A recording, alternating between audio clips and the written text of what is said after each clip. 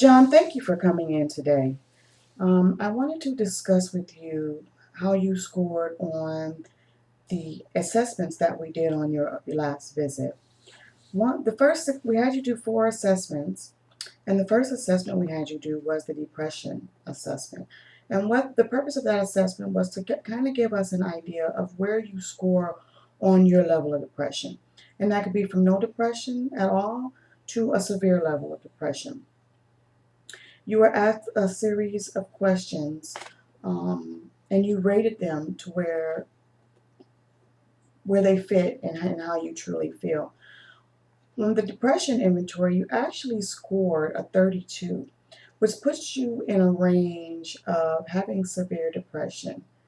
And when compared to others that have taken the assessment as well, again, you are scored as having severe depression.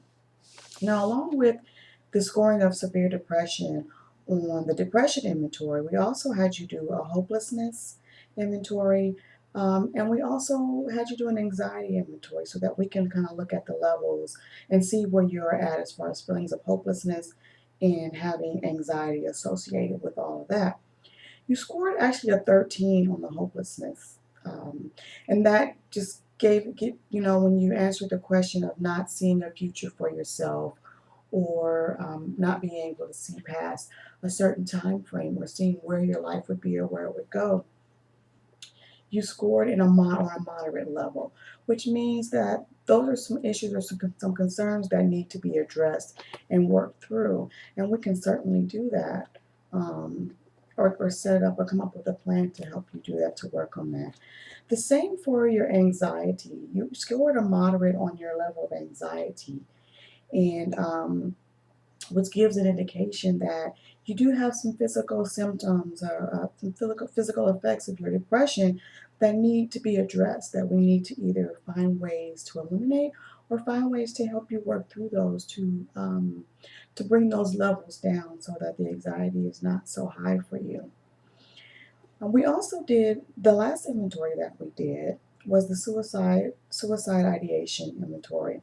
And this kind of what this inventory does, it gives us an idea of where you at as far as with actually committing and going through with hurting yourself or trying to kill yourself.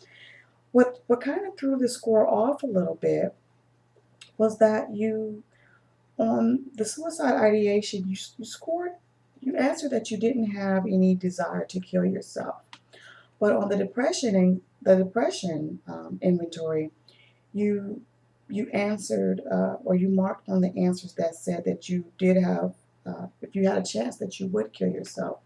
And so I kind of wanted to bring those questions up to you today and kind of get how you're feeling right now with those, because they're contradicting themselves.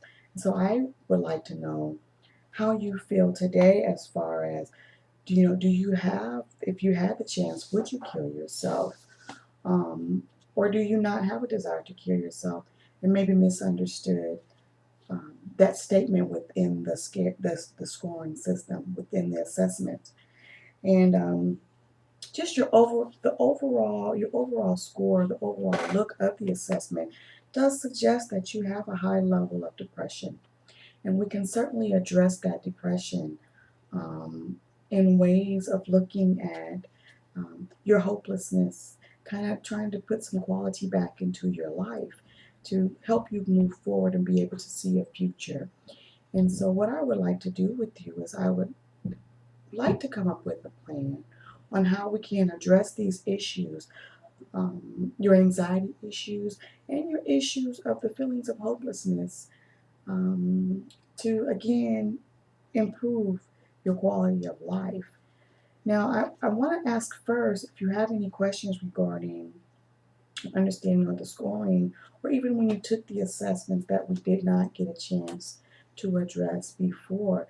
Because if there was some issues as far as with your understanding the statements, I would like to have you revisit. A particular assessment would be the suicide ideation assessment.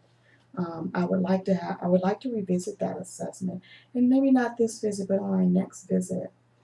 Um, So what I would like to do right now was I would like to at least meet once or twice a week so that we can start to work on and address some of the issues. Again, the anxiety assessment did show that there are some physical symptoms and signs that we need to address right now to help you um, get through your everyday situations right now. And so I would like to come up with for you and I to come up with ways that we can assist you to ease the stress that you're feeling right now. But first, I would like to address or answer any questions that you may have regarding the scoring or some of the statements made on the assessment.